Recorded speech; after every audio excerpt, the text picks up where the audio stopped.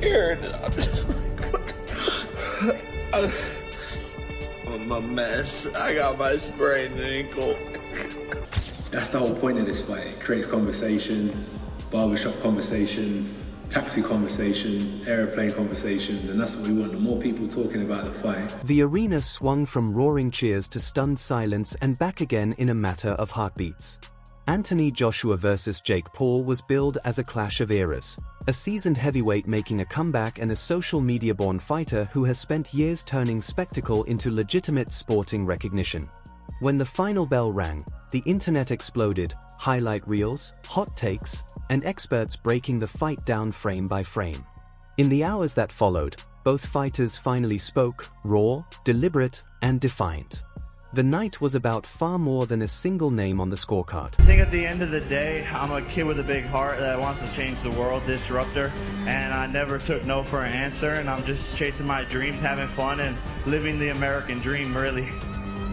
It's a testament to hard work, and every single day dedicating yourself to a craft, pushing through when you don't want to be there, and it all pays off in the long run, and believing in yourself, setting goals that people think are impossible. That's really what my story is all about, and that I hope... There's a distinct kind of silence that follows major nights in boxing, not the absence of sound, but the tense pause before life and chaos return. Trainers checked vitals, doctors did their rounds, and both camps withdrew behind closed doors. When the fighters finally spoke publicly, their words were personal and unfiltered. Confessions of fatigue, measured praise, and a restrained intensity only athletes can carry. Joshua's first message read like a man noting everything the fight had taken and given, missed angles, lost rounds, and moments destined for analysis for years.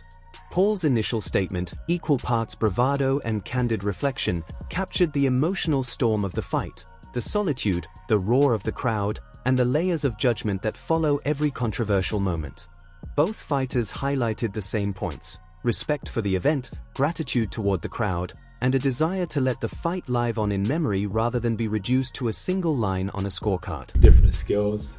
He has a very side-on stance, tries to practice the Philly shell, and I think Jake has a chance that is slim to none. I appreciate it. All good? Thanks, Mark. Thank you very much. See you guys.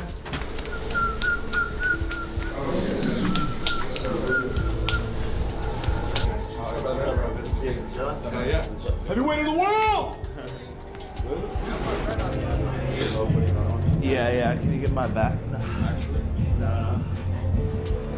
For the first week of sparring, I had to get comfortable in there and let things slow down and feel the power out and get the confidence to slip, catch, move. In the lead up to the fight, predictions were all over the place. Oddsmakers and many analysts had Anthony Joshua as the clear favorite, listing him as the expected winner across most betting markets. This view was reinforced by respected sports outlets and betting boards alike. On the analytical side, CBS Sports and combat expert Josh Nagel leaned toward Joshua, with top prop bets favoring him to win by TKO or KO, reflecting his experience against high-level opponents and proven finishing power. Yahoo Sports viewers also saw Joshua as the most likely to end the fight early, pointing to his experience and the way referees and event dynamics might favor the veteran heavyweight. Yet, not everyone agreed. Boxing's louder voices and some high-profile fighters offered contrarian takes. Tyson Fury, never shy about backing his words with wagers, suggested Paul could land a fight-changing punch, even joking that he'd bet heavily on Paul in a hypothetical scenario. Fury's confidence fueled the narrative that an upset was still possible. Dana White, in his trademark blunt style, gave a candid assessment, skeptical of crossover hype, yet respectful of Paul's courage in stepping into heavyweight territory, a reminder that the gatekeepers of the sport were watching closely, judging, and occasionally surprised. Then there were the fighters themselves.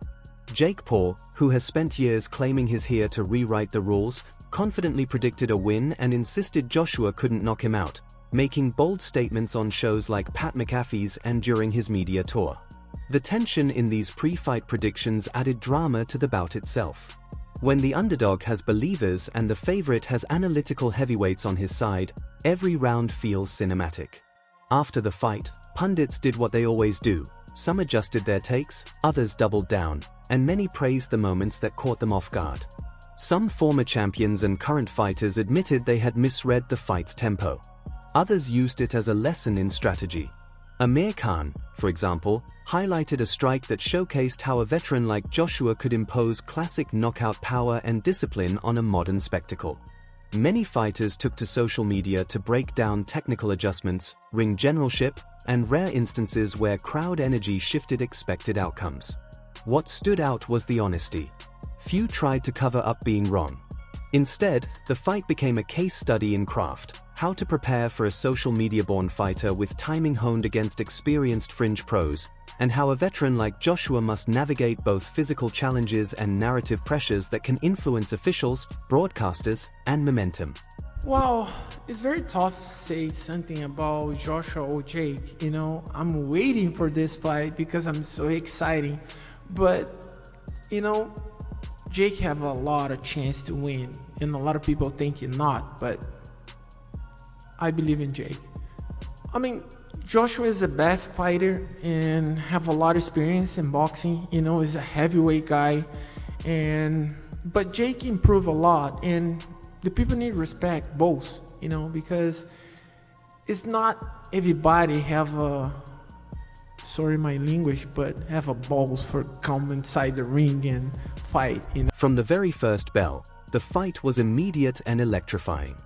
There were flurries that hinted Paul's unorthodox aggressive angles might break through. At other times, the rounds looked like textbook heavyweight boxing, length control, jab setups, and heavy power shots. Moments that seemed routine in slow motion were seismic live, a short uppercut that made the crowd collectively inhale, or a small stumble that shifted the balance of an entire round. Afterward, both fighters spoke respectfully about these pivotal moments. Joshua's camp highlighted effective jabs and power combinations, while Paul's team pointed to scrappy infighting and ring confidence that belied his unconventional rise to the spotlight. Both sides focused on what the fight had truly revealed: new respect, new doubts, and a gallery of what ifs. If the ring was where the fight happened, social media was where it lived on. A single clean exchange or near fall became the language of the night.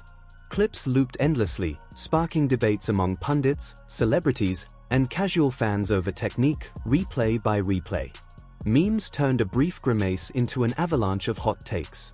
Both fighters engaged with this world, releasing short, raw clips from the dressing room or on the way to medical checks, giving fans a sense of being part of the inner circle.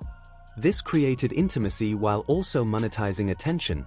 Viewers felt like they were watching something real, rather than a press-managed narrative. Trainers from both camps spoke like surgeons. Joshua's corner analyzed missed range management and emphasized maintaining a high guard against unconventional angles. Paul's team praised his conditioning and heart while acknowledging tactical vulnerabilities against a fighter with Joshua's skill set. Both sides approached it as a learning opportunity.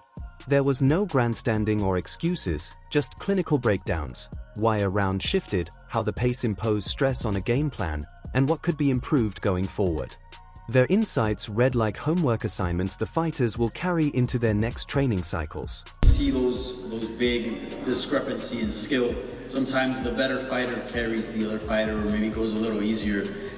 Is there any part of you that maybe thinks that way, or are you going in there 100%? Zero part of me. And there's not even that it's Jake. It's just, do you know, I was actually looking at myself today. I'm a very respectful guy, brought up by a good family, but if I can kill you, I will kill you. That's just how I am. And this is just the job I do, so let's. This fight moved serious commercial numbers. Odds shifted during the bout and throughout the post-fight weekend. Pay-per-view buys were analyzed, and promoters circled potential rematches like prize balls.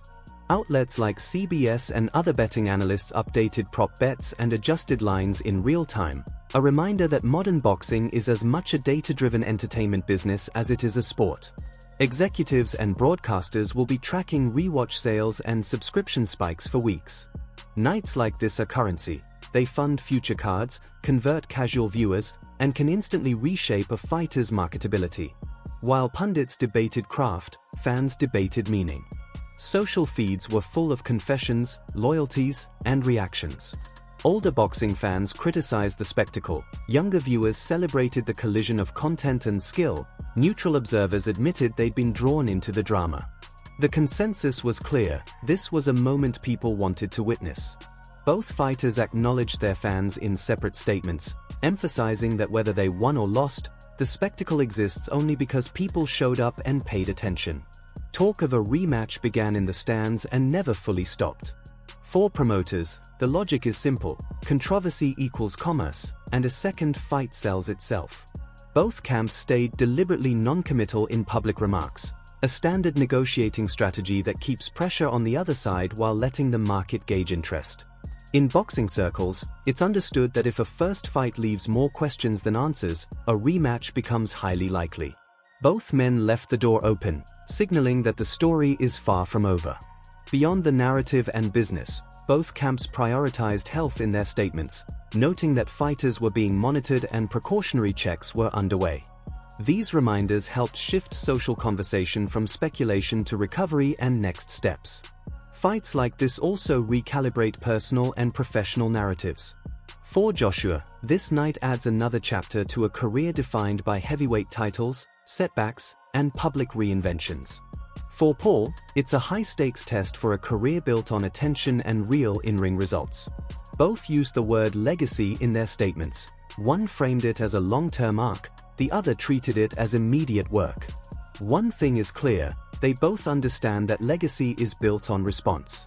How they act in the coming weeks and months, in training, in the press, and in the ring, will likely matter more than any single outcome. At the end of the night, both fighters spoke with a mix of humility and intensity. They thanked their teams, acknowledged pain and disappointment, and committed to returning to the gym with purpose. What it is that they're talking about is a massive bonus. So for me, I'm not worried about what people think about the integrity side. I'm more worried about, are they talking? And as long as they... This was a deliberate, calculated moment. The fight between Anthony Joshua and Jake Paul won't be forgotten anytime soon. It will be dissected, studied in gyms, and debated by pundits for a long time. The first statements from both fighters were smart. They focused on what the fight cost them and what it taught them. Lessons learnt, mutual respect, and the momentum to shape the next chapter. Whether that next chapter comes in the form of a rematch, a renewed push in the heavyweight division, or entirely new opponents, one thing is certain: both men will be judged less by a single result and more by how they respond moving forward. What are your thoughts on the fight? And who should Jake Paul face next to continue proving his legitimacy in the boxing world? Share your thoughts in the comments and stay tuned for the latest updates from the ring.